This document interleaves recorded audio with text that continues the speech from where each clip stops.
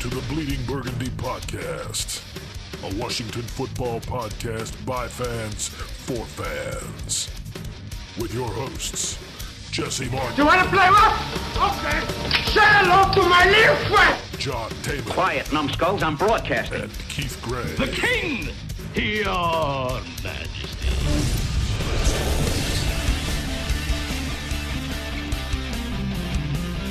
And now here's your host, Jesse Martin. What is going on? Welcome to the Bleeding Burgundy podcast. It is Monday, September 6th, Labor Day.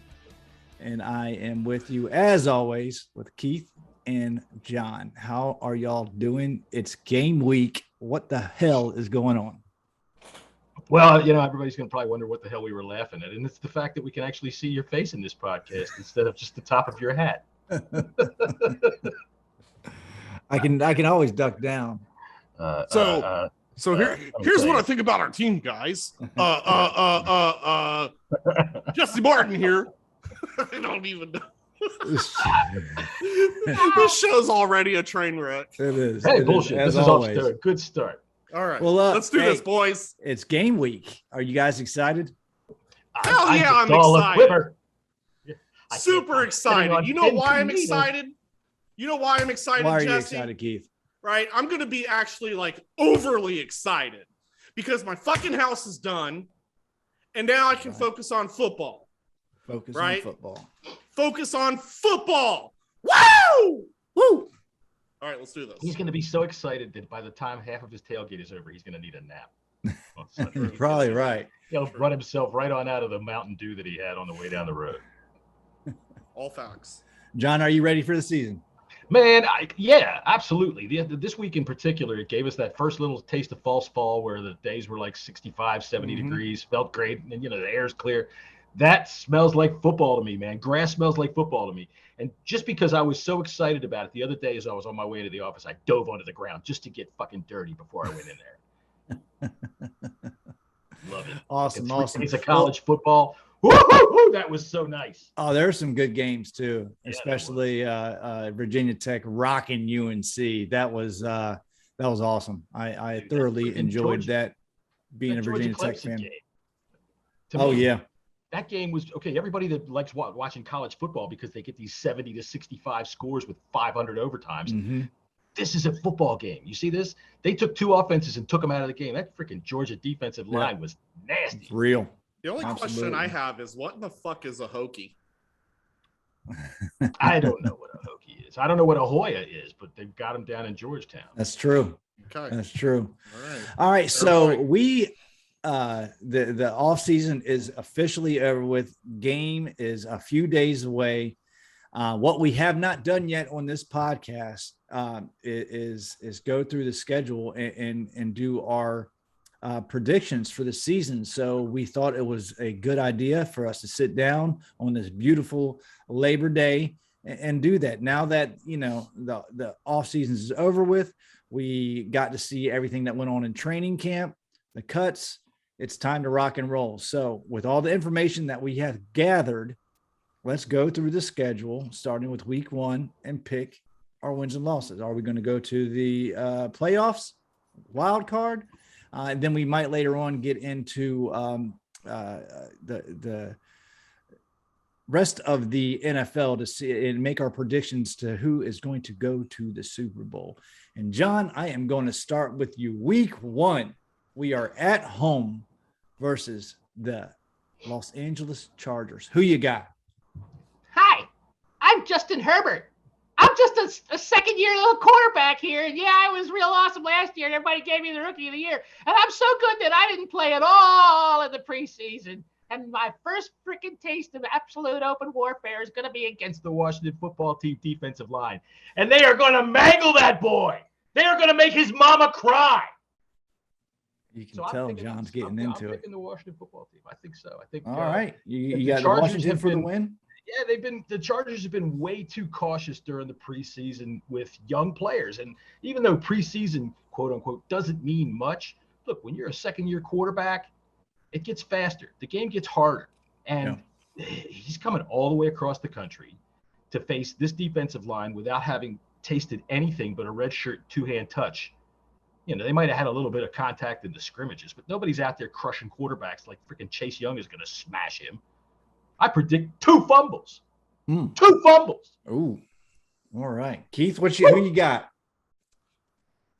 Well, I'm glad you asked me, Jesse. That is going to be a big W for the WFT. That's the Washington Football Team. Win, and here's why. The other guys didn't practice in the offseason, right? Didn't play in the preseason games, right? Then they got to fly over to the East Coast. Woo! They're going to need naps after that. So we're just going to come in. We're going to dominate this entire game. I have no predictions except for we're getting the W, Jesse. All very, very valid points. And I wrestled with this game. I'm still wrestling with this game right here because we don't know what to expect out of the Chargers. They have a brand new coaching staff. We have not seen any of their starters in preseason. So there is a lot of unknowns. But y'all might hate me, but I'm taking the L on this one. I think we're going to start off. Fake fan. Collide with you. What's the matter? Fake and fan. You 1. want me to come and sit next to you in the stadium? Seriously. Jesus Guys in the Christ. same row. I'm going to make sure I let the whole section know that you're predicting a loss. That's right. Look at this. Section 106, this guy over here that got the fucking aisle seats after I bought my tickets thinks we're losing this game. We're going to kick your ass. That whole section. We're going to kick your ass. Listen. To be fair, straight out of Montana. I think it's going to be a good game, but I think our defense is going to need a few games to get it together, and our offense as well. I think we're going to start off a little bit slow, and then probably by week 2, week 3, that's when you're going to see Fitzpatrick, McLaurin. Hopefully Samuel is healthy enough to play. Take off. So that's my prediction. But let's move on to week 2. Thursday night against the New York Giants. This has been a game I have had circled in the calendar all year. I'm sick and tired of Giants fans saying that Daniel fucking doofus ass Jones is 4-0 against us. I want to crush the Giants, and I think we will crush the Giants. I don't think it's going to be close. I think it's going to be like a 35-14 win for Washington Football Team. Keith, what about you? Yeah, I'm going to have to disagree with that. Ooh. I do see a win here, but I don't think it's going to be a blowout type win. No. I think division games this year, our whole entire division is trash, right? So yet it doesn't matter how much trash we are. Is that including us? Do you think we're trash too? No, I don't think we're trash. I think we're above trash. Okay. I'll explain that later. Sure. Okay. We're dust. I think we're mediocre. Yeah. I'm right there with you. Okay. Yeah, so we can take out the trash term. We're mediocre. We are not trash. Yes. Woo! We have gotten out of the trash bag status.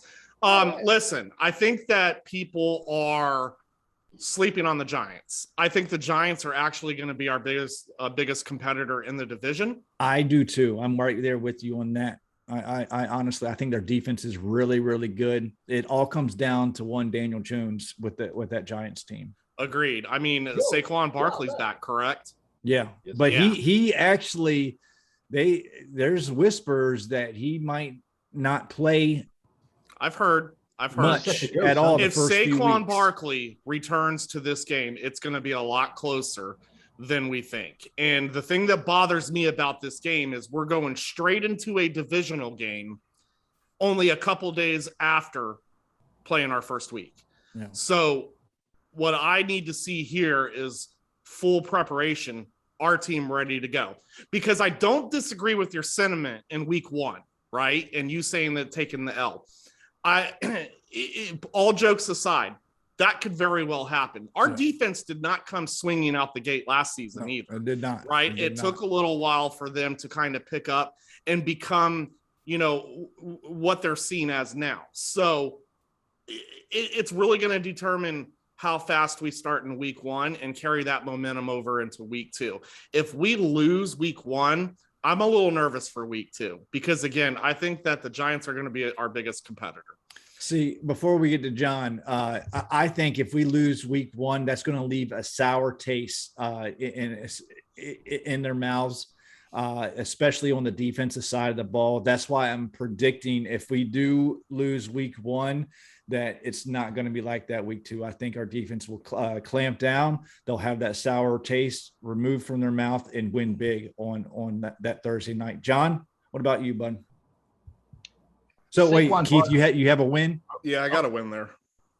And we are keeping a track. So at the end of the year, we can go back and make fun of ourselves to that's right. How bad we were. Thanks to our new sponsor, Vinny Crooked Nose. He's the bookie that's down on the corner on 9th Street.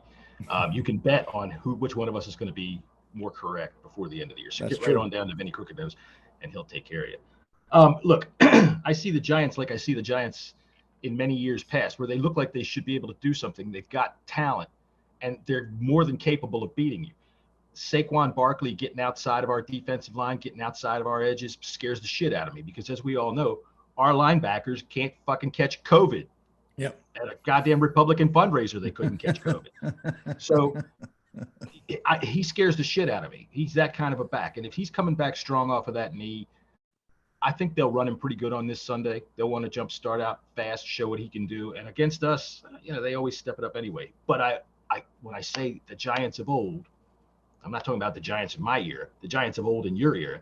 There's that thing in the back of my head that I always had with Eli Manning, and that is that Daniel Jones at some point will give you the fucking game. He will fucking hand it over to you on a silver platter, and then he'll go, "Oh, God, dang, what the hell to do that for?" as they're watching him walk off the goddamn field. So give me the W against the Giants home. At home. We're not going to let that little goddamn freaking Opie Taylor country boy whoop us again. Fuck that. Go ahead. Run it up the middle, Daniel Jones. Oh, dang, this boy's going to hurt me. Get him. Love it. Love it. So I got us at 1-1. John and Keith are 2-0 to start off the season. Starting off hot, guys. Next, we travel to Buffalo. This is going to be a tough game. Keith, I'm going to start with you. Yeah, you might as well put an L down on that list. Buffalo is top in their division, man. They're a very strong team. I don't think we're there yet. Yeah. Go ahead, John. I agree. I think we're going to get a loss up there. And I mean, all of this is contingent on us pretending that all injuries are equal across the board for the rest of the season, as we are standing right now. Sure. But I mean, who knows? Josh Allen might bust his knee up in week 2. Yeah, you never know with injuries, but I'm with you guys. I got the L. We got L's across the board. Keith and John are 2-1. Allen is awesome. Have you seen him throw the ball this preseason? That dude he throws lasers. Yeah, he's good, and he's got he can move too. He can move outside the pocket. He can run. It helps when you got stuff on Diggs too. I think he can throw it 190 yards. I saw him do it at a party once. Yeah. He threw it all the way across Lake Superior. It was fucking amazing. All right. After we travel to Buffalo, we move down south and go to the hot ATL up against Matt Ryan and company. I'll go first. I got a W. I think Matt Ryan is a statue back there, and Chase Young and Montez Sweat are going to tee off on him. Keith? This is a tough one for me. Wow. I'm gonna go with the W on this one. Okay. Starting us hot. 3-1. Wow. I don't really have a reason why other than what you just said. Yeah. I think our defense is going to apply a ton of pressure. I'm gonna leave it at that. I don't know. I see a W. I don't see Atlanta being the team they were. It's this time of the year where I think the offense is going to start clicking on all cylinders, and the defense have found their groove. I think Jamin Davis is going to get better as the year goes on, and you're going to start to see them making strides. John? I never believe in the Falcons. Ever. Yeah. Ever. If anybody always says to me, "Oh, the Falcons, look out for them." For what? For what? They lost Julio Jones as well. They can't ever close the deal. All right. Even in the year they went to the Super Bowl, for God's sakes. I mean, they had that thing wrapped up in a bow and they blew it. So fuck the Falcons and fuck Matt Ryan. And that's just the end of it right there. This year, I don't see that they have the weapons. Calvin Ridley he's all that. The number 2 wide receiver that they've got, I can't remember his name right now, but I believe he's a rookie and he's a hot shot, but I don't think he's, you're going to have Kyle Pitts as their new tight end, but again, he's so a rookie. Our safeties are going to have a hard time with that. And I'm not worried about him being a rookie because that kid's got a lot of talent. He looks like a wide receiver out there, not only in his body type, but once he gets the ball, he acts like a wide receiver. He's not a tight end covering up with 2 hands and running through people. But I don't believe in him. I don't believe in their defense. I don't believe in their offense. Matt Ryan, like you said, he's a you could see him in a WFT uniform next year. Just saying. I feel like it's going to be an easy game plan. I feel like it's going to be an easy game plan against the Falcons. There's not a lot on the squad. Their defense is trash.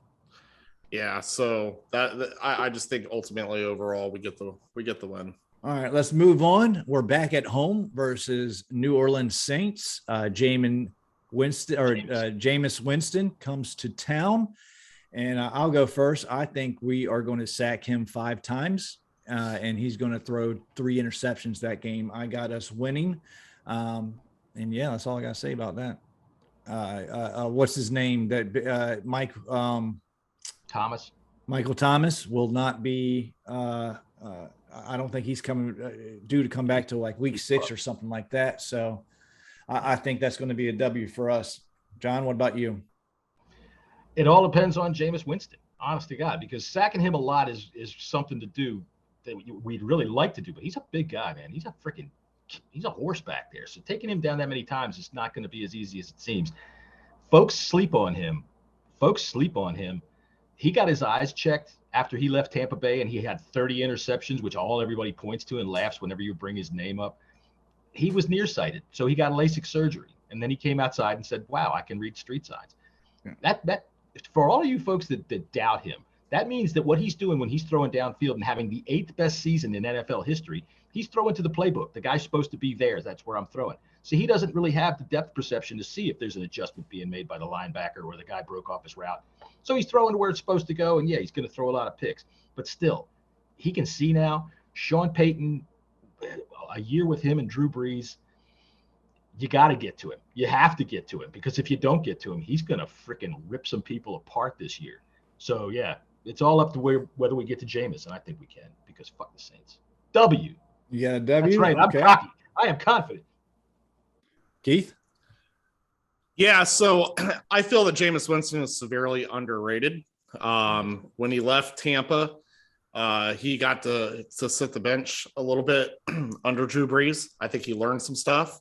I don't want to get into the surgery, so to speak. I don't really know if that's going to help, but I don't really. You can throw a lot of interceptions, right? But to me, do the stats show his interceptions were every single one of them game-changing interceptions? I just don't hold a lot of stock. Enough of them. Yeah, when you throw 30 of them, you're definitely going to be changing some games. All right. I mean, okay. Yeah. All right. Valid point. I guess what I'm just trying to say is I look at Jameis Winston as knowing that this is probably his last shot to start in the NFL. I think he's going to utilize that. I never thought he was a terrible quarterback to begin with. It's just those interceptions definitely will follow along, just like, Fitzpatrick gets that, he's going to throw a lot of interceptions. So here's the thing. If we're going to say that our guy is good, we're going to have to say that Jameis Winston's good. I think Jameis Winston is going to be just fine in New Orleans, and he probably will resurrect his career there. I'm not a huge fan, and I have history of seeing all the Saints and Redskins games just because I have, family members that are Saints fans. It's never only, I think, once or twice that I've seen us beat them. I just don't see it happening. I think Jameis Winston beats us. Okay. Put an L down. Got an L for Keith. And I'll tell you what, for anybody they're a well-coached team, man. Listen, you're absolutely right about that. Sean Payton is one of the best coaches in the NFL. and you cannot you can't sugarcoat that whatsoever. They're going to come out, they're going to be ready, they're going to be prepared, but I think our defense is going to be all over it. I think we're going to start hitting our stride. I just think he's learned behind Drew Brees, to be honest. I think that him going to New Orleans was the best thing to ever happen to him in his career. Yeah, absolutely. And I'm a firm believer, even as a rookie, not coming out and starting right away. I'm a firm believer that you at least sit a year, right? Yeah. And you watch the guy in front of you. As long as that guy in front of you is respectable, you know, you're going to get something out of that. You're going to learn a lot more than being that top draft pick, starting day one, and not knowing what, you know, NFL speed is like. And, you know, as you can see with a lot of these college quarterbacks, they can't adjust, you know? So I think in this point, no matter I think in this stage of Jameis Winston's career, you know, he was thrown in it. He didn't do horrific, you know, being thrown in the process. And he went to New Orleans, sat behind Drew Brees, and I guarantee you he learned something from that. For sure. And I think he's going to utilize it. I think the Saints are going to be a better team than people think. I think so too. I think they're going to challenge the Buccaneers for the division. Ooh, okay. You know, for anybody that laughs about his interceptions, when you talk about how, you know, LASIK surgery and nearsightedness, if you wear glasses and you're still laughing, what the hell's the matter with you? Take your glasses off and go out and try to hit your friend that's 50 yards away, even 15 yards away. Try and throw one pass from a 15-yard out pattern from the middle of the field is like fucking 40 yards through the air. That's true. So, and that's doing it without a helmet on. Yeah, and you know, that'll fucking be tough too. But if you can't see, it's going to be, I think that's a huge difference. Okay. Yeah. We know he can play. He's got a cannon. That dude can throw it. I told you, he can throw it 190 yards. I saw him do it at a picnic. That's true. That's true. Right along with Josh Allen. All right. Now we get into the part of the schedule that's going to be it's going to be rough to take for Washington football fans, I believe. KC comes to town, Pat Mahomes, and I'm just going to say it. We got an L on that one. There's nothing to discuss here. Yeah. We're losing. Okay. Nah, we're going with a win because I got an in. I have a friend of mine that sells soft serve ice cream, and he is going to stand right behind Andy Reid that whole fucking game and ring that bell. And that dude is going to be distracted. He's going to call a bad game, and we're going to win. Is that your prediction to win? Andy Reid's going to, hey, somebody see if he's got some vanilla sweat. No, we're not going to win that game. No. Okay. Unless you know Mahomes gets hurt or they get stuck in traffic and you know their freaking cheerleaders have to come out and play us. That's what this game's going to teach us is if we can compete. That's true. That's the only thing that I'm truly looking for. Even though I'm predicting a loss, what I'm really looking for is can we compete? Because these are the teams that we would be competing with, you know, trying to get to the big dance, and it'll kind of give us a more logical idea of where we stand as a team in that sense. I'm not really going to pay attention to win-loss record up until this game. Yeah. I'm just going to pay attention to how do we match up against this team. Sure. And honestly, how we match up if we lose this game and we find the areas of where we lost this game, that needs to be the focal point in the offseason because Kansas City's not going downhill anytime soon. Yeah, no, you're absolutely right. We know in this game. We know where the holes are now, but I'm just saying, ultimately, overall, it's going to highlight them because Andy Reid's a good coach, and he will attack your weakness. Yeah, absolutely. And so that's going to tell us a lot about where we stand. Hopefully, this game will put us on pace to say, okay, we didn't win this one, we lost because of these reasons, but more than anything else is, can we compete? Can we make this one an actual good football game? That's what I'm interested in. I don't think we're going to get blown out. I've already marked this game down for me as to blame the referees. I'm going to call holding on every play and say that they missed it. I'm going to say they interfered with McLaurin every single time. So that's just so everybody knows that's where I'm going. So typical stupid fan. Gotcha. That's right. That's right. I'm representing the fan base out there. All right. Now we travel. Week 7, we travel up to Green Bay. I got an L. On this one. If this was a home game, it might be one of those games where we're supposed to lose, but we win. But since we're traveling to Green Bay, I got an L. I think it's going to be closer than you think. It's to me, it's not such a guarantee. Okay, it's going to be an L. Yeah, there's Aaron Rodgers. Yeah, there's Aaron Jones. Yeah, there's Devontae Adams, but there's a Joe Barry defense that's just waiting to get carved up by every offensive coordinator on his schedule. Joe Barry, That's true. I don't understand how this guy still has a goddamn job. I Me really don't. either. Yeah, We saw him doesn't here. make sense. And we hired him off of an 0-16 season. Mm-hmm. How does So- he still that work? Yep. So I see it like this. I don't see this game as a blowout. I'm still going to go with the loss, but I say a loss because I actually think that we can compete with the Packers. Oh, I do too. I just I think think- we're gonna. Yeah, I think it could be a close game, but that scares me because Aaron Rodgers is a beast when it comes to close games. yeah. Guy just knows how to Put his win, ankle man. up.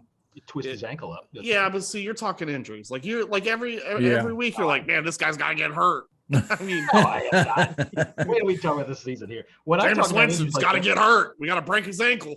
John, you No. got the L on that one. Honestly, I'm kind of wiffle-waffling on that one. I think that there's going to be a game or two that we win during the season that we're not supposed to win, and that might be Sure. one of them because of their agree. defense. I don't believe in their defense. They're going to have to show me between now and then why I should really be worried about it. If it comes down to the end, yeah, Aaron Rodgers scares the living shit out of you because he can make anything happen. You got to keep him contained. Don't let him get outside the pocket where our linebackers don't know what to do. Keep him contained inside there and let the mayhem come to him, and then maybe we can do something. I'm not so sure about our secondary though, and that's what scares me. It's about time. You got to get to Joe. You got to get. Yeah, to you Rodgers. got to get to him. You can't. So give I'm him- gonna put you, John, down for the W. Okay, why not? All right. John's got us at 5-2. That's right. Homer. All right, week 8. That's gonna be 4-3 because I'm whiffling on that game there. I don't know. All right. That's gonna be a loss. That's your swing game. your. That's what I don't even know yet. So. All Yeah, right, that's my I got you at the L, 4-3. All right, Denver, and this is going to be a letdown game for me. We're traveling to the Mile High Stadium. I think Denver has an excellent defense. They have great weapons on offense. It all comes down to who's playing quarterback for the Broncos at that point in time. And I think we're going to lose this game. Boy, you are a pessimist. I am. It's going to be the games that we should. It's going to be that game that we should win, but we're going to lose going into the bye. Keith, what says you? I can see us losing that game too. Okay. See, I can't. You got to get in there and you got to hurt Bridgewater. That's what you got to do. That's true. No, I'm just kidding. Don't fuck around. I don't see anything in Denver that's scary. Nothing. Teddy Bridgewater doesn't scare me at all. I don't care who their quarterback is. Teddy Bridgewater, I mean, we're talking a third-rate quarterback. And I don't care what anybody wants to tell me about this reputation they supposedly believe he has. He ain't got it. I'm not a believer in Teddy Bridgewater. Come and show me. Beat us. Show me. Show me what you can do in the face He of was that showing it before that injury. Well, yeah, but that was 5 years ago. I understand, but that type of injury is going to require a lot of rehab. And Or it never happens, which is what it looks like to me. And I mean, Carolina, who I'm not going to give too much credit to because they do have a college boy coach that throws shit at the wall and hopes some of it sticks. And he's going to go with his boys from Temple. They signed him to a 3-year deal and gave up after 1. They're like, you know what? True. And they picked freaking blockhead Sam Darnold up to replace Yeah, him. okay. That don't make no sense to me. with this game here, I just feel like Fitzpatrick's going to struggle against good defenses. I Yeah, feel like it's going to be that way all season. That's my feeling right there. They got pass rush. They got a great defense, and I think this is going to be one of those games where Fitzpatrick throws maybe 3 interceptions, and they get to him, and that's going to clamor for Taylor Heineke to come in, and all the fans are going to, we lost 3 in a row. You need to put Heineke in. That's not the case. I do believe I have them going into the bye with 3 straight L's. And Keith, so do you. I'm at 3-5. John's at 5-3. Keith's at 5-3 at the bye. After the bye, Tampa Bay comes to town. John, I'm going to start with you. Who do you got? Well, you gotta hurt Tom Brady. You just gotta get him on the knee. Just fucking joking. Everybody gets so goddamn serious around these parts. I would love to say we're gonna put a win on Tampa Bay and beat the Super Bowl champions, but I'm not that stoned. So it's Tampa Bay. It's Tom Brady. it's that entire offense that is just studded. Every single piece of that offense. I bet you their goddamn tackles run 4.3, right? Yeah. Everything about them, it's just so hard to stop. They've got a great defense, and now I don't see us getting the win on that one. Coming off a bye, it's nice. You know, we'll be rested. Yeah. And if we have anybody that's hurt, they'll be coming, hopefully getting some people back. But they're just complete. And I mean, I saw this thing the other day. They're the first team since the 1977 Raiders to bring back every starter from last year, from a Super Bowl champion. They're the first Super Bowl champion to ever bring everybody back. Yeah, that's crazy. It's amazing that they were able to do that. Keith, what do you got? Yeah, definitely going to be a loss here. You know, one thing that scares me, right, it's not necessarily Tom Brady. I think Tom Brady is a shell of himself. But I don't think that we're going to get the kind of action that we got during the playoffs. I think that was unexpected. I think this is going to be different. It is good that we're coming off of a bye. Hopefully we come off, 95% to 100% healthy into this game. But I don't think we win this game. I don't even think that that it's going to be a good game. I just feel like Tom Brady's going to carve us just like he always does. Again, this is like the Kansas City game.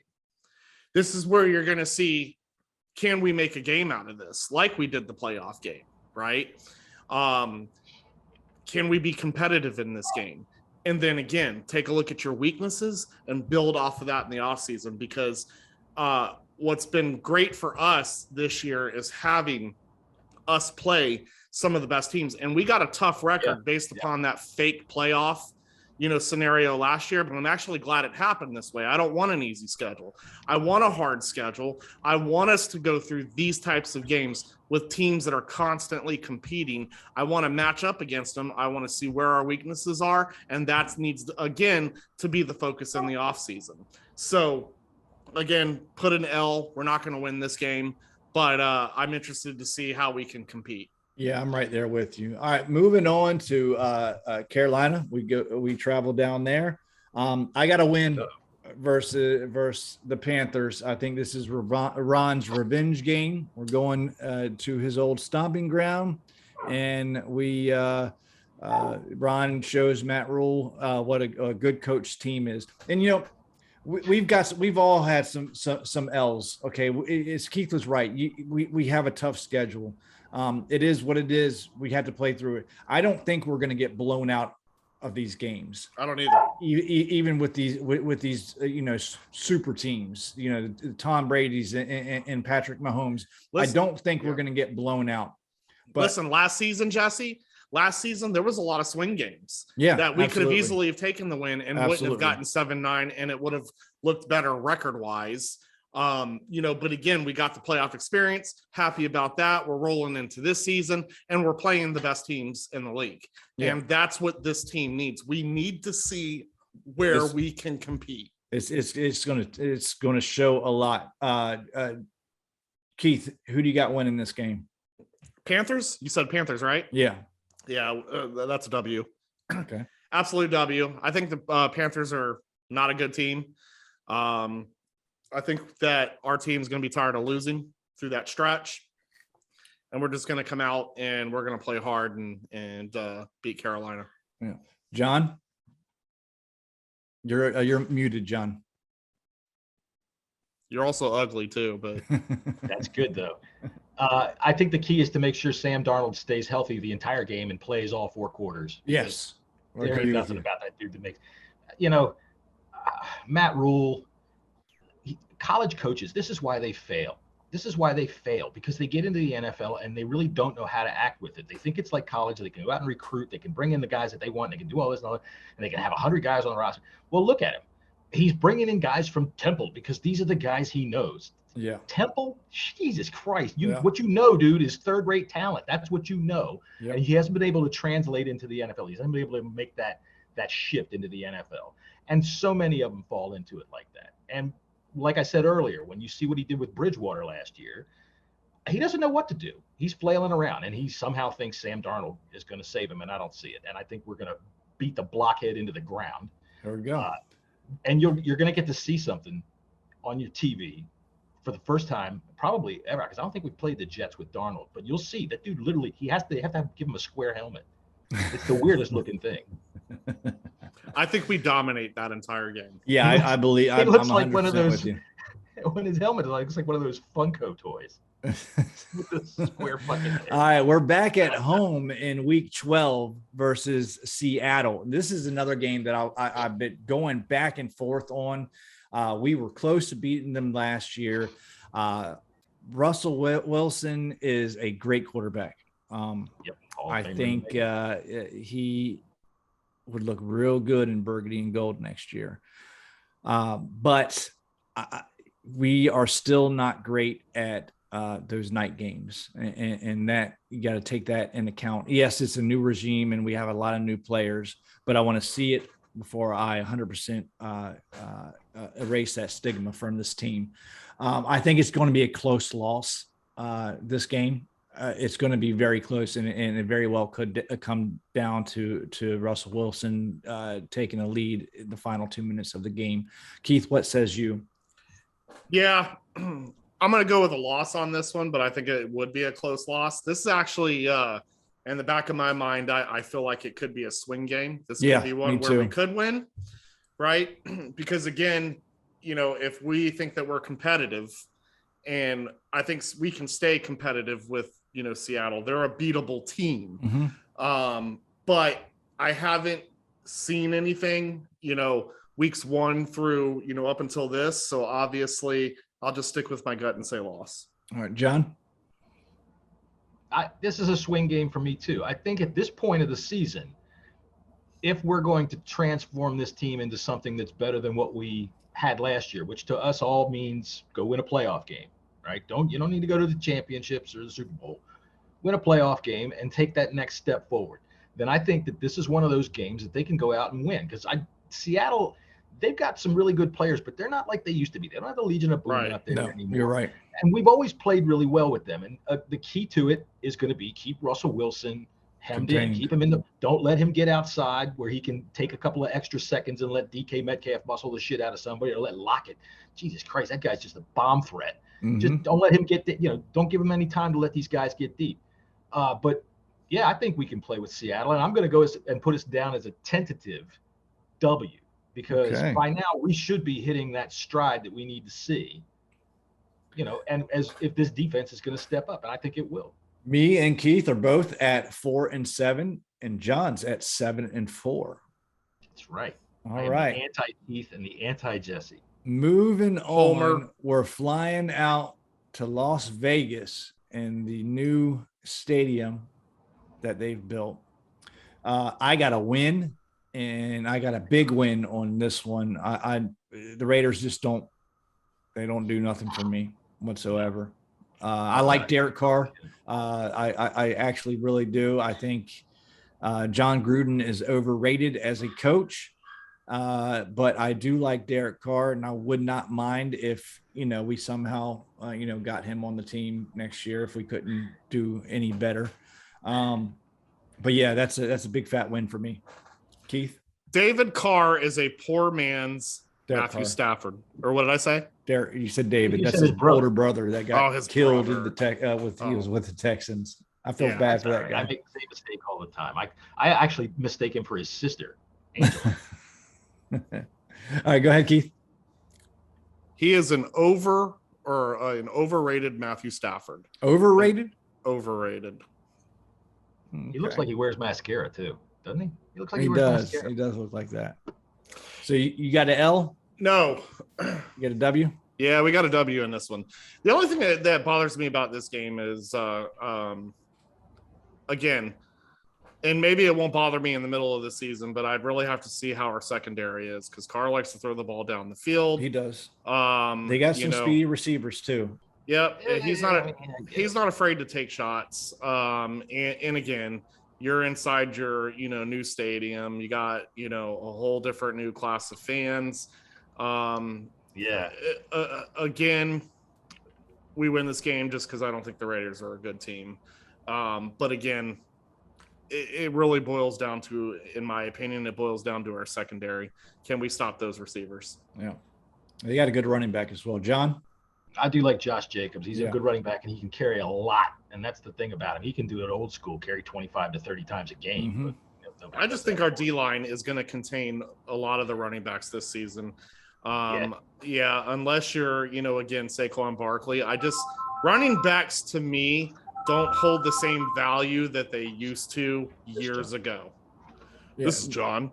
Hey, John. Hey, how about we're on a fucking podcast, buddy? How about, you don't answer your phone, big guy? How about you just walk away and take your phone call? What are you, a These people fucking have been agent? trying to You an get in touch agent, with John? me Is that an about my NFL frickin' guy car's wondering where his extended contract warranty. is? And they said Is it that was Reuben Foster calling you? Huh? Saying, why am I not signed yet? Is that Kelvin Harmon? Huh?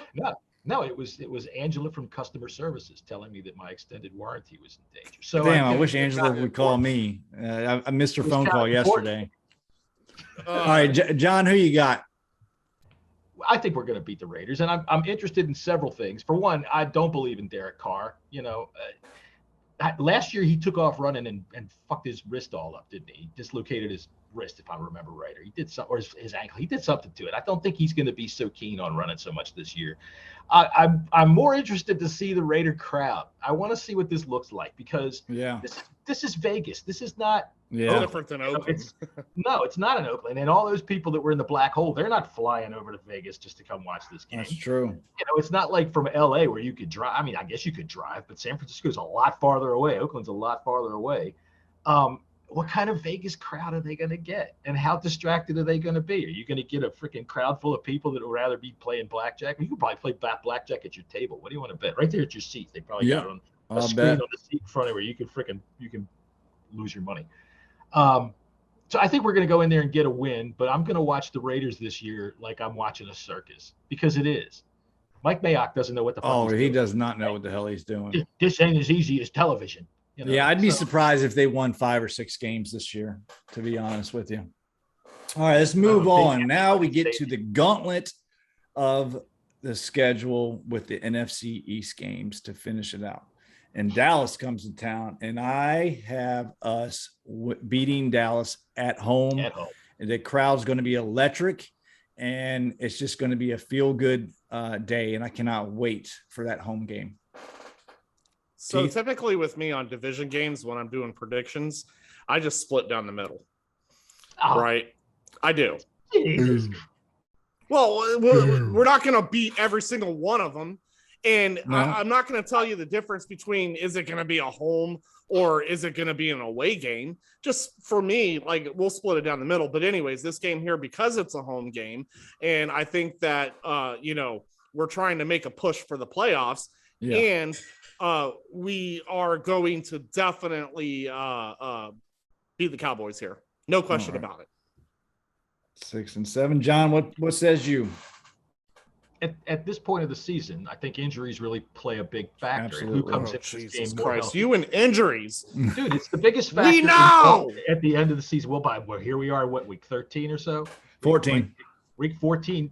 This is going to be where it really starts to show up and matter so much. I would give us a win for being at home, but it's going to be close. Straight up against each other, we're both about equal, I'd say, right now. They've got more offensive talent. We have more defensive talent. So I'm going to give us a W for being at home, and I'm going to give you the big prediction right here. You ready for this? After being cut, Eddie Pinheiro comes in and kicks the game-winning goddamn field goal. That's right, the Eddie Pinheiro show. He's going to kick a game-winning. The Eddie Pinheiro show. Okay, and we're going to hoist him up on our shoulders and carry him. That's a hot take right there. Yeah, I got. We beat Dallas, and like I said, it's going to be a fun home game. I honestly believe. All right, moving on to Philly. I don't think Philly's going to be anything this year whatsoever. I think they'll probably win four games. They'll have a high draft pick, and they're going to be in the quarterback hunt. I strongly believe. They're good at paper, scissors, rock. Yeah, I got us with the W. Keith? Yeah, same thing, W. And if I had to pick a team that we would actually beat twice, it would be Philly. Yeah. John? Yeah, I'm picking against Philadelphia. Their offense, Jalen Hurts is better than a lot of people think, I think. But they don't really have anything else that really makes me nervous about anything. They have Miles Sanders, but they don't want to seem to. They don't use him. The ball, right? Yeah. They want to split time with him and all these other people, and it's like, I get it. This Boston, whatever his name, he's all right. He's okay, but he's not Miles Sanders. Give Miles Sanders the ball. True. So, and their wide receivers, they don't really worry me at all because the slightest breeze and they get blown off their route. I'm not too worried about them. So I think we'll beat Philly. The fans here are really, living so close and listening to their radio. I can tell you the consensus with the fans is they're really not a Jalen Hurts. They're not high on Philly this year. They're not. Yeah. They're not. They know that they're rebuilding, and I think the whole league knows that they're rebuilding. I think there's a lot of people that were pissed off about Carson Wentz leaving. There's some definite turmoil going in here, but when you mix all of that together, this team it just spells disaster for me. Yeah. All right, moving on. We travel to Dallas, and I have an L going into Cowboys Stadium. Unfortunately, I hate to say it, but I think we split with the Cowboys. John? I agree. I think it's going to be a home and home with the Cowboys. If they stay healthy and we stay healthy, it's toss-up, I say, between the two of us in terms of talent. So, give them to him at home. Dak Prescott, he's very good. He is very good. His health is going to determine the Cowboys season this year. His shoulder. He's got a baseball injury right now that he's been dealing with this offseason. He has not seen the field much at all in training camp. So they could very well start out of the gate pretty slow. They just had one of their best offensive linemen get onto the get COVID. So they're starting the game. They start Thursday night versus the Buccaneers, and it doesn't look good for them. Keith? Yeah, so this is a swing game for me. I'm going to go with a loss on this just because I'm going to split. Yeah. But obviously this game could go either way. In the sense, again, I think Dak Prescott is hurt more than people think. Yeah, me too. I think that he rushed back. I have RG3 vibes all the way through this. I think once he signed that big contract, it was almost like, all right, let's rush to get him back. It's that pressure to come back. And they hope he's ready 100% by week 1. I don't think he's 100%. So we'll see. I think his ankle is fine. It's the shoulder that's troublesome because that's not going to get better. You don't play through a shoulder injury. That ankle injury, it was nasty. It's not as bad as Alex Smith's per se, but I don't. Dak's been known to be able to run and get extra yards. I don't think we're going to see that when plays break down as much as we have in the past. But that shoulder injury, it's like his armpit underneath here is going to be. I think if he gets pressured and gets knocked down, and he continues to get knocked down, and he's landing on that shoulder, it's just going to continuously re-aggravate the whole season. Yep. You and injuries constantly with the injuries. Moving on to we travel up to Philly, and we got that win for at least in my eyes. Keith, what about you? Yeah, put me down for a W. All right, John. Yeah, I'm going to go with a win too. It's going to be a little closer than I think that we would all expect it to be, but yeah, Philly's just a mess, and by that time the fans should be screaming. Yeah. All right, our last game, week 18 of the season, we head to New York, and this is going to be a big game for us. I think this is going to, in my personal opinion, this will determine a playoff spot, whether it's a division title or a wild card. Remember, there is 3 wild cards. Right now, I am 8-8. John, you're 11-5. You got us winning double-digit wins already. And Keith, you are also 8-8. I got 2 swing games in there, so it might not be. That's true. That's true. I might be at 9-7 right now. This is going to be for the marbles, guys. I think we beat the Giants. I have us sweeping the Giants this year. Keith, what about you? Yeah, I agree 100%. I think that this is the game where there's something on the line. I think that we have the better team over the Giants. Yep. And I think that with the game being on the line to potentially win the division, potentially get us in the playoffs, we're going to play much harder and we're going to take the win. So I'm exactly where I thought I would be before we started this conversation. Yeah. Minus, a couple games, switched around. Yeah. But I had us finishing 9-8. Yeah. I'm in the 9 or in between 8 and 9 and 10 and 6 range. Yeah. John, what about you?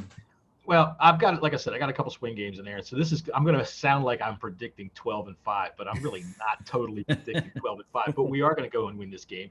And not only are we going to win this game, but as soon as the game is over, Chase Young is going to run up into the owner's box and kick John Mara right up his ass. And all of them can cheer and say, happy hallelujah.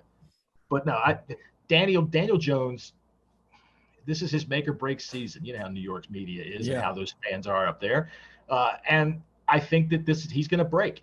I think he's going to break, and I think that they're going to get rid of David Gettleman. They're going to say, "Hey, you don't know how to build a football team. You can get right the hell on out of here." And I think they're right. I'm right there with you. I think this game's for the division. Yeah. It very well could be. And like I said, I think it all depends on Dak. What I don't like? I don't like how we're stacked towards the end of the season playing against division opponents. I hate it. I like it spread out. I know that it happens like the last 3-4 weeks of the season, and they do that because it's a little bit more competitive. There's a lot on the line. End the year on a division. Everybody. Game. Well, usually we at least have 3 out of the 4 that are divisional games towards the end, and the NFL sets that schedule up to obviously make it more competitive. Which over the years, I kind of tend to feel that that's a better way to do the schedule. But like we're literally playing everyone towards the second half of the season in our division. And that bothers me a little bit. I strongly believe in the last month between New York, us, and Dallas, whoever is the healthiest will take this division. I agree. With your injuries.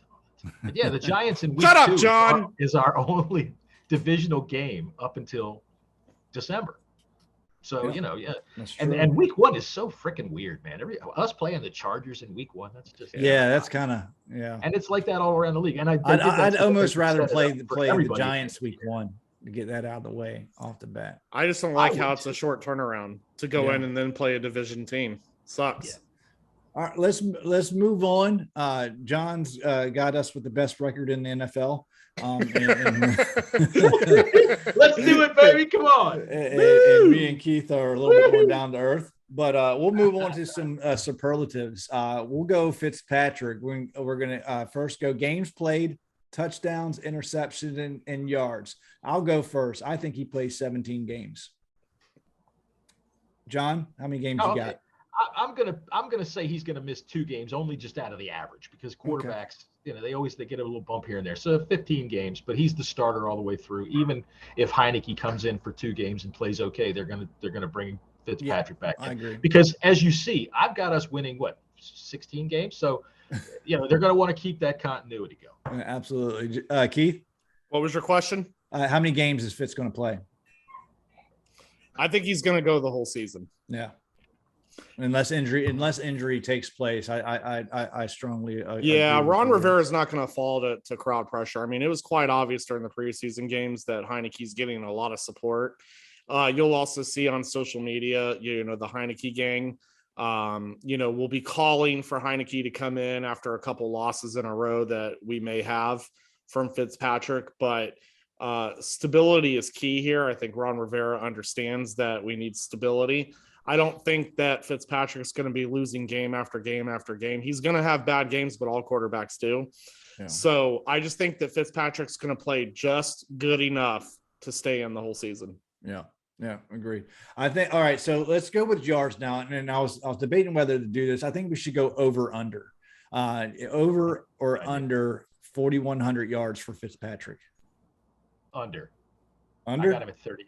Yeah, I got him at 38. 38. Oh wow. Okay. That's a damn good season. That's a beautiful season. That's why he's playing 15, 16 games. I'm going over. Woo! Over 4,100 yards. Yeah. Sure. Quarterbacks now they're getting close to 5,000. Yeah. Keith, what about you? Yeah, that's true. Passing league, I'm going to go over, but not because I think Fitzpatrick is great. I just think that with it being a passing league and quarterbacks are reaching 4,000 yards with no issue. I just think that Fitzpatrick's going to have a lot of throwing attempts. Okay. All right. Touchdowns. Keith, I'll start with you. How many touchdowns does Fitz get this year? Probably less than, I say he's 25 or less. 25? Yep. All right. John? I got him at 24. 24. I'm going to go with 27. INTs. I'm going to start this, and I'm going to go 14. John? 12. I got him doubling his touchdowns to interceptions. 12. Okay. And somehow with 24 touchdown passes, we're going to win. How many games I say we're going to win this year? 19? Something like that. Keith? Yeah, I'm going to go with 20. 20? 20 picks. Wow. Okay. Yep. All right. That's all right. Yep. How many touchdowns did you say? 25? Yeah. What's that? Yeah, 20 and 25. Woo. Okay. All right. Let's go to McLaurin. How many yards does he get? John? I got him down for 102 catches, 1150, and 10 touchdowns. So 102. You said 1150? 1150. And how many touchdowns? 10. 10. 10. Woo. Okay. All right, Keith, what about you? Are we talking just strictly yards? Yards, how many receptions, yards, and TDs? I'm not going to. I'll just stick with yards. I think he hits the 1,200 yard mark. Yep. How many touchdowns? What'd you guys pick? I got 10. Sorry, I got distracted by my family. That's all right. I picked him for 10 touchdowns. Jesse hasn't gone yet. I'd stay in that 10 range. 10. All right, I'm going to go 9, and I'm going to go. He's going to break 1,000 yards. So the price is right with it. I'll do 1,050 yards, and the reason being is we have more talent now, and I think Fitz is going to spread the ball. All right, so Gibson. I was thinking about rushing yards, but I want to do total yards from scrimmage between catching and rushing. I'm going to have him at 1,400. I'm almost there. I have him at 1,423, which would have been 1,448, except for a holding penalty. Okay. All right. Or that would be 1,433. Keith, how about you? How many total yards is Gibson going to get? You're on mute. Mute. Sorry, I was distracted. How many total yards for Gibson? 900. That's all? What? Total yards? 900. Okay.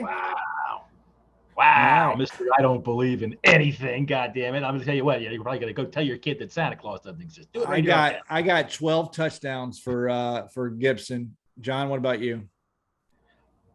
I have 10. 10? Keith, how many touchdowns for Gibby? 8. All right. Let's move on. Our last offensive player, Logan Thomas. And Logan Thomas, I think he's going to have a great year. And he's going to be one of Fitzpatrick's top targets throughout the year. And I got him at 900 yards. That's exactly what I have. 900 yards. Oh, wow. 85. Okay.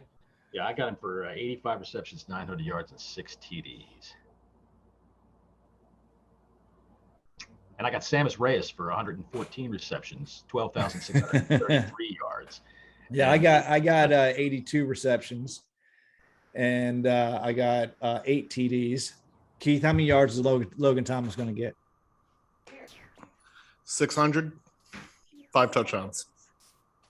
All right. That's our offense. Hey, that's listen, if our main skill players can hit that, I think we'll be doing good. Well, other than Gibson's 900 yards from Keith. Jesus. Yeah, that's 900 total yards. He's counting on a turf toe. We're not a running back league anymore, right? We're not. Other running backs are going to carry duties too. They're going to get they're going to get production, but we're I mean, not. You're right, going to carry, but I think Gibson is going to be involved more in the passing game as well. Well, okay. Yeah. Now you want play. okay. So now Total that changes yards. things because total yards. Yeah. Total yards. Did I not pay attention to total yards? Probably not. No, you weren't paying attention at all. All right, so I'm going to change mine then to 1,200. 1,200. I think that he gets 900 rushing, he gets 300 passing, and that's a stretch, but I'll stick with that. My fault for not paying attention. Well, you Right, should get the youngin out here to say hail to the Redskins on a microphone for us. That ain't going to be the kid to do it. Oh, I thought that was the young one. Okay. Let's move on to the defense. I want to start with the total defensive ranking. Last year we were ranked 4 overall. This year, John, I'll start with you. What's our end of the year ranking going to be? 4 is the bottom. I would say that's our basement. 4 is our basement. So I would say we could rise as high as 3. 3. I personally think due to the potent offenses that we will face this year, I think we're going to take a little bit step back, but still play better. I'm going to go with 7. Keith? What was the question? Total defense of rankings. John, you go. He already did. We were 4th last year. It's like being in line at the liquor store behind the guy that can't make up his mind about the freaking lottery number that he wants. I don't really. Move on to the next We're going to be top 5. Top 5 defense. Yeah. Yeah, I think that's manageable. All right, I'm going to put you in as 5. Put me in at 5. Okay. Let's talk about sack totals. Chase Young. Oh, you had me all excited for a second there. I thought you said something else entirely. What did you think I said? I thought you said let's talk about sex, and I was thinking Keith. That was interesting. All right, John, I'll start with you. How many sacks does Chase Young get? I think he gets 17, and I think sex, if Keith wears that hat, would be kind of cool. Okay. Keith, how many sacks does Chase Young get? 8. 8 sacks. Jesus. And we're going to be the 5th ranked defense? Well, I mean, what do you think? You think, like, come on now. How many sacks did he have last season? He had 8 last season. He had 8. And he's going to finish again with 8. What Okay. do you Into the season I'm going to go. Chase Young. I'm going to go 13. 28 sacks because it's Chase Young. Well, no, but 13. He did come into the season hurt last year. And, That's we didn't know that up until recently. I Then stay he's with a it. rookie. Most people think that he's going to at least double his sack totals. I don't think so. I think so. I don't think Chase's strength is okay. People are probably going to flame me for this. Oh, yeah. I am. I don't think sacks is really going to be Chase's major thing. Chase is going to create a lot of pressure. He's going to cause fumbles. He's going to disrupt every game. But I just don't see sacks. Him getting home? That's what you're saying. He's not going to get to the quarterback. He's going to do everything else, but he's not going to get the hit. He can get to the quarterback, but it doesn't necessarily mean that he's going to sack him every time he does. Well, no, not every time. I'm going 13 He's gonna sacks. get there a lot. He can pressure the quarterback 5, 6, 7 times a game and maybe get 1 sack out of it. But those 5, 6, 7 times that he's putting the pressure on, it's going to be Chase Young pressure, if that makes any sense. If he does that, that's 17 sacks. Because there's 17 games. He's not. All right, look. All right. Did I say a sack per game? You just did, yeah. If he gets, it's said possible. If he gets 5 or 6 pressures per game, he might get 1 sack. So okay, well that's okay. I said he might, but that didn't mean that I said stop. Well, now Montez Sweat. I am going 16 sacks for Montez Sweat. 16 sacks. 16 sacks for Montez Sweat, and the reason being is all the attention or a lot of the attention will go. I don't think Sweat is better. I don't think Sweat is better than Chase Young, but I think Chase Young is going to get more attention from the offensive line, and that's going to free up Sweat to be able to feast. So I got 16 for Sweat. John, what about you? I'll give him 11, but I think you got to recognize that you only have so many tight ends, offensive linemen, and running backs. You can't double all 4 of those guys. No, you can't. You're going to have to, because if you try to double Young, Montez is going to get home, and no matter what you do on the outside edges, Allen and Payne are going to push that pocket, settle in Allen or settle in Payne, however you want to put them together. They're going to push that pocket back into the quarterback's face. And for all the quarterbacks that we're facing this year, some of them are pretty immobile. They don't move around a whole lot. So that's true. When we get to the Tampa Bay game, I'm going to give you a key to watch that everybody that thinks he is overrated misses about Tom Brady. And you'll see what I mean when you see him play. But, you can't double them all. You can't have so many guys back there to block, because you have to have somebody go out to catch the pass that the quarterback is trying to throw. So somebody's going to get home. They're going to create a lot of pressure. Yeah. My next question is, who on the interior line has the most sacks this year out of John Allen, Payne, Ioannidis, and you can even put Settle in there? Keith, I'll start with you. You didn't let me even give the Montez answer. Oh, shit. I'm sorry. Because it was going to be stupid. Keith, how many sacks does Montez Sweat have? All right, so change Chase Young to 11. Okay. That's a better number. Sweat, 8. 8? Wow. Okay, so 19 sacks total from our defense. Yeah, Sweat and Chase are going for the record of so is everybody. Was it 38 sacks? That's a lot. Yeah, between anyways, interior defensive line, who gets the most sacks? Keith? Oh, sorry. I don't really care. I don't really care. Okay. I don't have an answer to that. I don't know. I don't know. John, go ahead. I'm going to pick Allen because he does get to the quarterback. And I mean, it's not to slight Payne or Settle, but those guys, they're more for Payne just mucks things up. He just fucking mucks it up. And one of the things that I like the best on Twitter is whenever he makes a play, I put up a picture of the Thing. Remember from the Fantastic Four? The Thing, Clobber in Time, because he just reminds me of that big fucking rock-headed motherfucker throwing shit around. He just creates mayhem. So, but Allen, he creates mayhem and gets to the quarterback. So I like that. I'm going with Matt Ioannidis. He is our best pass rushing defensive lineman that we have. We missed him dearly last year, and I think he's going to get at least 6 sacks from the interior line. So I thought the obvious answer would be Allen. That's the reason why I didn't want to answer it. I have to agree with John. Let's go. I'll put you down for Allen. And y'all I got Allen. I got Allen down for 28. It's probably going to be Payne. We're all wrong anyway. So, darn. Let's move on to the secondary and make this pretty simple. Who is going to be the interception leader? I'm going with Kendall Fuller. No. John? Whoever they got starting at safety opposite of Landon Collins, that's who I see grabbing. You got Curl? If that's who it's going to be, because they're going to rotate McCain in and out of there, But yeah, I see it more from the safety position. I'm just going to pick a position. Okay. All right, that's where I see it coming from, because cornerbacks, it's all against them now. If you haven't noticed, over the last 10 years, interceptions have decreased considerably. Sure. And it's a quarterback's league. If you even come close to touching, did you guys hear what Tom Brady said the other day? Did you see that little news clip of him talking about how he thinks that poor offensive play and defensive players gets penalized? And granted, he takes advantage of those rules, but why wouldn't you? Yeah, no shit. Why wouldn't you? But he's right. One thing I hate more than anything is the helmet-to-helmet call when the freaking receiver's helmet is down where his ankle should be. Yes. The receiver's helmet is 8 inches off the ground, and they're going to call helmet-to-helmet. If you're going to flag a defensive player, you got to flag an offensive player for doing the same thing, in my opinion.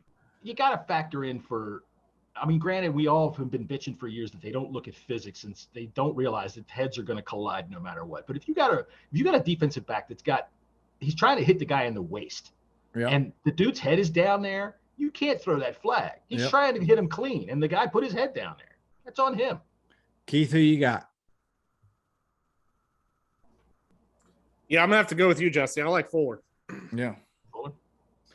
Yeah, I think it's going to be between Fuller and Curl.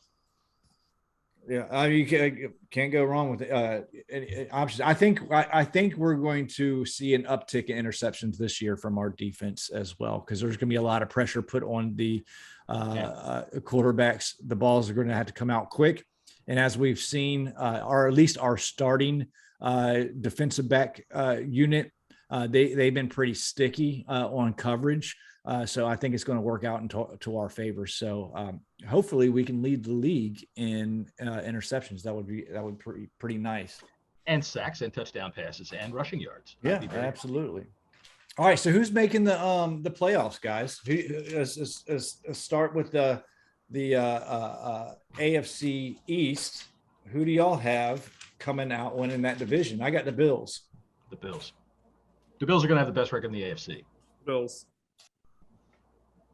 All right. What about the AFC West? The Chiefs. They're going to have the best record in the AFC. Now, what I mean is they're both going to be like 12-5, 13-4, and they're going to get Washington at 12-5 too, buddy. So we're going to be the best team in the AFC.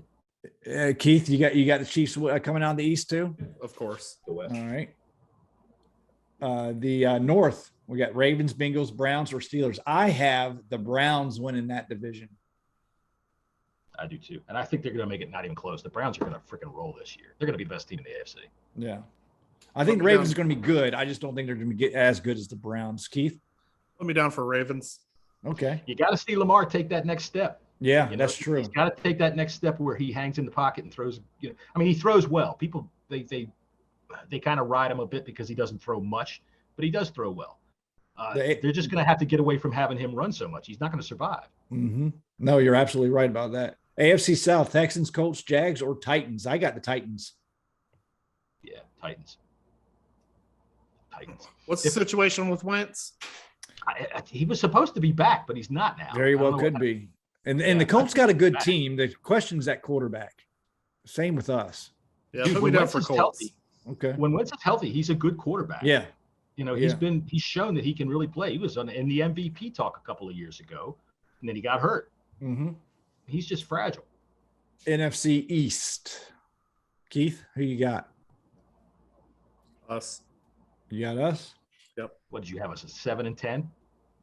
And then 9-8. John? 9-8. We're gonna win the East at 9-8 again. Yeah. If I pick this at 12-5 or something, you got it. I'm at least 10 wins, is what I said. And I do have us repeating in the East because you know what? Fuck Daniel Jones.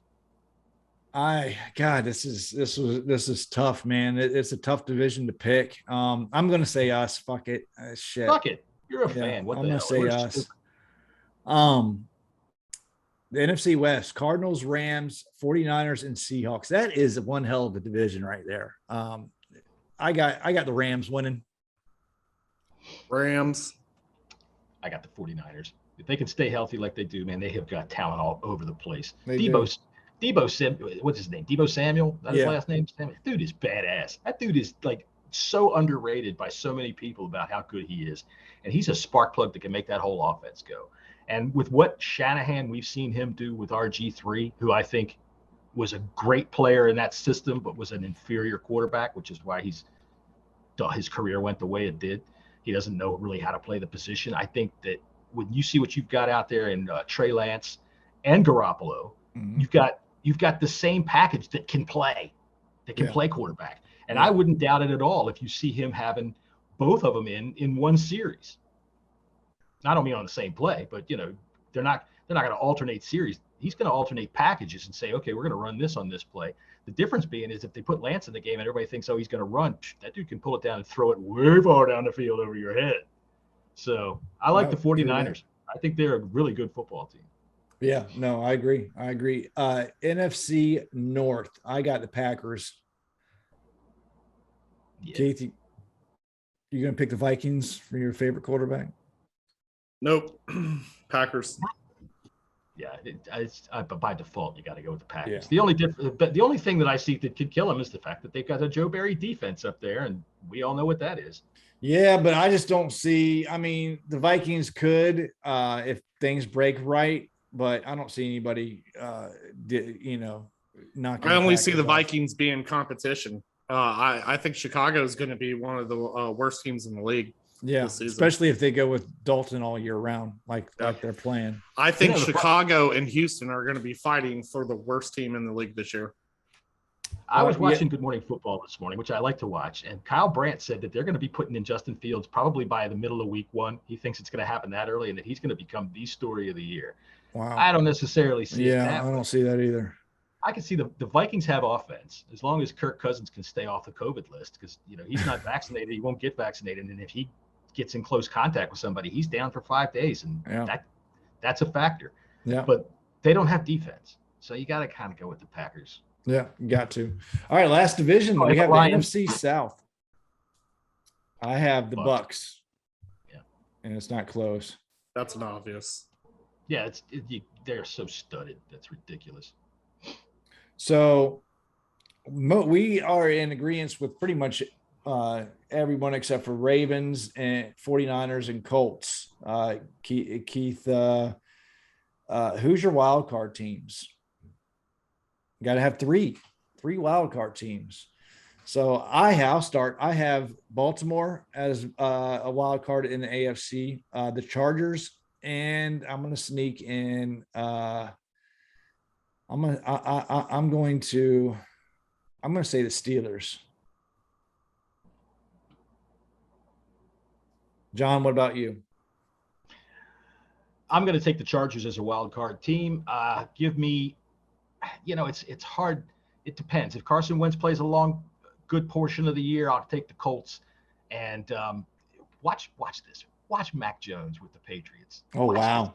I'm going to take the Patriots to grab one. Actually, you know what? I'm going to take 2 of them out of the AFC East. Give me the Patriots and the Dolphins, and then drop the Colts. So okay. Patriots, all right. Dolphins, Chargers. I think the Dolphins are going to be underrated this year. Keith, who you got out of the wild card? Wins. Can I pick the Patriots, Chargers, and Steelers? Okay, you can. You can really pick whatever you want. You're a show. All right, NFC. I got the 49ers, the Seahawks, and the Cardinals. I got all 4 teams in the West are making. I got all 4 teams in the West coming out. Wow. I think the Cards are going to be good if Kyler Murray can hold on to the ball. They bolstered up their defense. That's why that team that the West is a crazy division, man. They're really good. John, what about you? I'm taking 2 out of the West. I'll take the Cardinals and the Seahawks, and the Cowboys are going to squeak it over the Rams. I had the Cowboys in, and I just marked it off and put the Cards in there. Say Cards, Seahawks, and Dallas. Yeah, and the Saints are going to have something to say, but I don't think they're going to make it. Keith?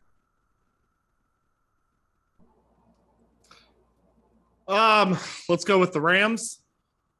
And they won the you got them winning the NFC West, so they're automatically in.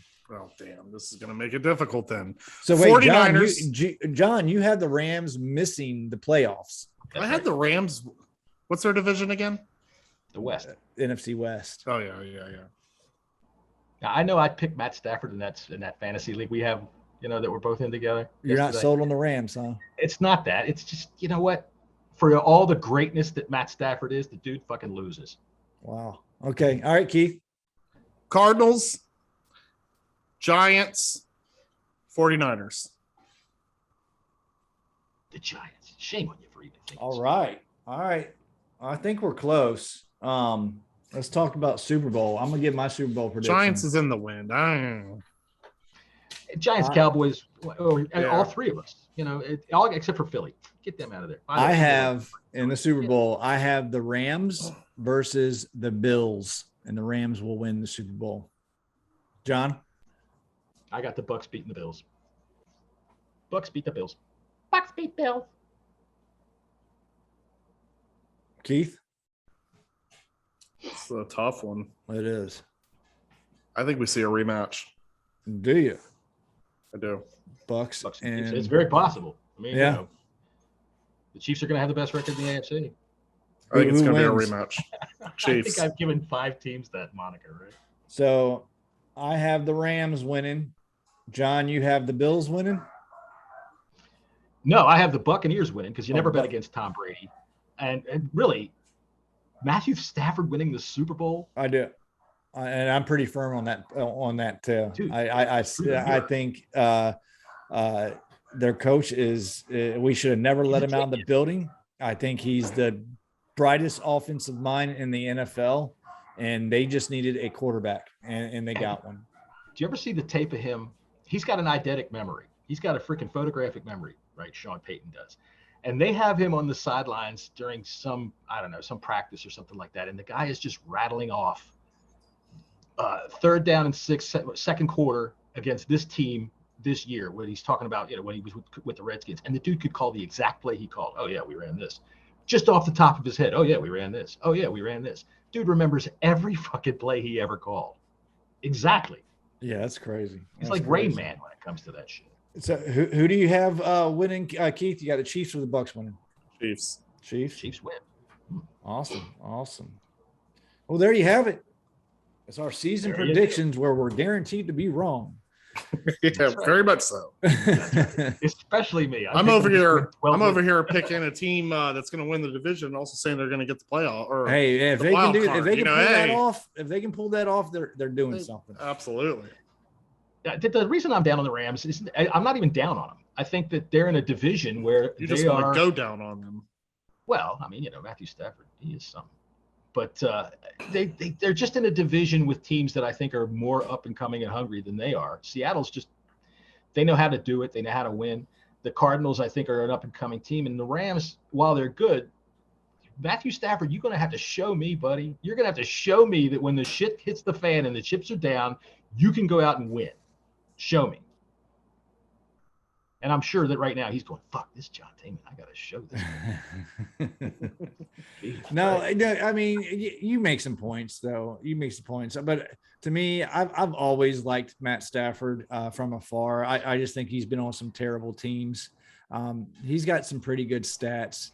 And I look at the Rams, and to me, they're one of the most complete teams now in the NFL.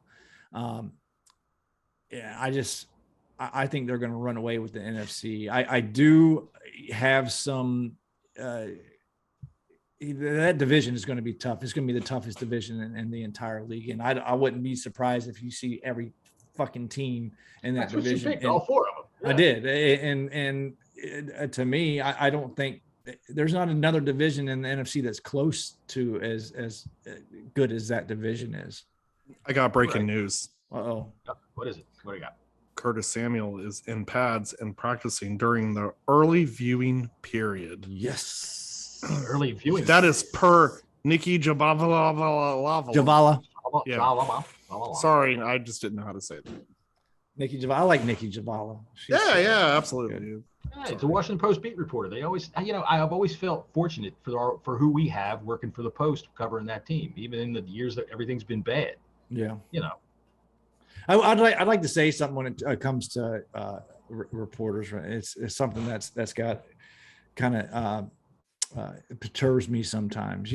Radio hosts, sports talk radio, especially in the DMV area, people like to grasp to every word they say like an infant on a tit, and they're not the end all be all. They're not necessarily smarter than you or me or any other fan. Yes, they're dumb just like other fans.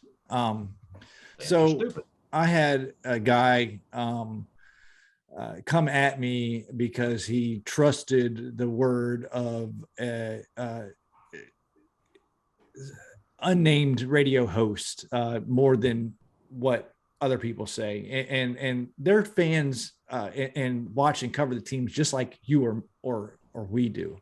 They don't necessarily have inside information. Some of them do, but what was the point? They have opinions just like we do. That doesn't mean that they're smarter than us or not. So just putting that out there, like Kevin Sheehan, a JP Finley, even though he has a little bit more ends on the team, even a Brian Mitchell or a Danny Roulier or any of those talking heads, doesn't mean that they're smarter than a you or I. Well, if they're talking about predicting the future, nobody can do that. Nobody can do it. And I mean, you can make an educated guess, which is what we've been trying to do this whole show, but it's still just a guess. Yeah. When you talk about a reporter, the quote unquote reporter, like JP Finley, I would say reporter. Kevin Sheehan, more of an opinion talking head type guy. Finley's a reporter. He's got inside in there. He's been reporting on the team.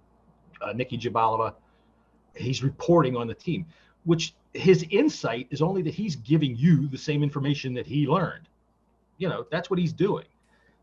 Predicting the future, nobody can do that. I'm just saying, form your own opinions. That's what we do. We form our own opinions out of all the information that we gather throughout the week and what we know. Don't just grasp onto everything that's been said. Where, Keith? Yeah, I had a guy arguing with me this week about how, I'll trust the coaches over you. Well, no shit, dumbass. No fucking kidding. It's just like I'm going to trust the fucking pilot of the plane over me too. But at this time of year, we're fans. We're going to talk about, who we want to cut and who we want to keep. And here's why. But don't just sit there and fucking say, fuck your opinion. The coaches know more than you. You're just a dumbass. Well, fuck off, dude. What the hell's up with me? Otherwise, we'd be in that position coaching if we were the coaches know more than I do. Shit. That still means Troy Apke sucks. Just form your own opinion. Gather as much information as you can before you just stick with one thing and one thing only. That's what I try to do, at least. Sliding off screen to eat something. A nice slow slide too, like nobody would notice. I'm gonna go get. This is a professional podcast, gentlemen. He's eating Lucky Charms. All right, Keith, what do we got coming up on Sunday? Invite all of our listeners to what's coming on. Absolutely. Throwing a little tailgate in the red zone lot. So if you happen to be walking by, come stop by the Hog Farmer tent, pick yourself up a hot dog or some possible pork roll. We'll probably do the pork roll in the morning since it's more of a breakfast food, even though New Jerseyans will eat that 24/7 at any time. It's good, man. And then, yeah. It's not too bad. I can't wait it's for going to be pork pretty. Roll.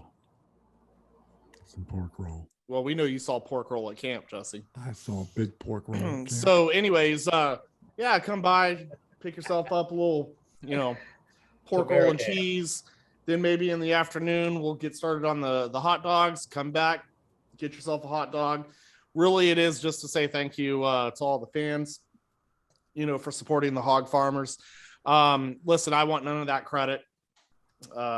Jeff, Chris, they were the founders. Joe popped in, and has given some heavy input and has made the charity, even better. Their finance guy, Corey, who just recently joined Twitter. If you're not following him, I think it's Hog Farmer Corey. Yep. On Twitter, super friendly, nice guy. He's really the backbone of the charity. Guy puts in a ton of work. So just when you see us all there, come by, say hello. My biggest fear is we're not going to have enough food, but listen, it is what it is. We're going to get what we can. We're going to bring, we're going to grill, and we'll just give away to say thank you. And again, please do not feel like you have to give any donation for any of this. Again, this was designed to say more of a thank you, but donations are welcomed. Always welcome. Hogfarmerscharity.org. You can donate at any time. Thanks to everyone who played in the raffle. Got some lucky winners out of that. And like I said, there's going to be a lot of us in that red zone lot. If you haven't met us in person before, come meet us because let's make this one big party. Let's make this a fun week one. And now all three of us will be there too, so you can come in and you can rub John's head if you want to. You can rub my head. I don't mind. I did appreciate the photos from hot dog training camp yesterday. That was good. We could see that you've got the turn going. I would say that you got to keep them on that grill just a little longer. They got to have that good black skin. That was right at the start. You got to diagonal pulling them off the grill. No, dude, I'm a diagonal cook them. I know, but do you see how many I had? 4-second videos that I see from training camp. What you should have done is got your neighbor to film you doing the hot dogs, and then it could really feel like training camp. Yeah, that's true. Way across the street. Just to let everyone know, it is Child or it's Pediatric Cancer Month. So do what you can, donate anything that you can. These kids are having a rough time. The hog farmers, they do amazing work for them. You can catch them at hogfarmerscharity.org. Please come check us out. We're going to all be at the Red Zone lot on Sunday. It's going to be a good time. The hog farmers are all going to be out there. Like he said, there is a donation is not necessary, but if you would like to, a little goes a long way. You guys got anything else? I'm ready for the season. We're ready for the season. Yeah, we got ready to get that dub that I predicted that wasn't going to be a dub. That's right. I'm telling our whole section. We're going to trash you the whole game. All right. Well, for myself, you can catch me at Jessy's 24, JESSYS 24, Keith at KG Skins 26, and John at Bang Radio Hour. We'll talk to you guys. We'll do a little in-depth preview of the Chargers game on Friday. And you can catch us on YouTube. Like, subscribe, leave a comment. Here's to go out to our buddy Tim Lawler / Larry Law. They're the same person I've found out. Going up on Sunday and come and say hi, Tim. We'd love to meet you. I knew it was him. Yeah. You can check us out on any of the podcast platform, Google, Apple. We're iHeartRadio everywhere.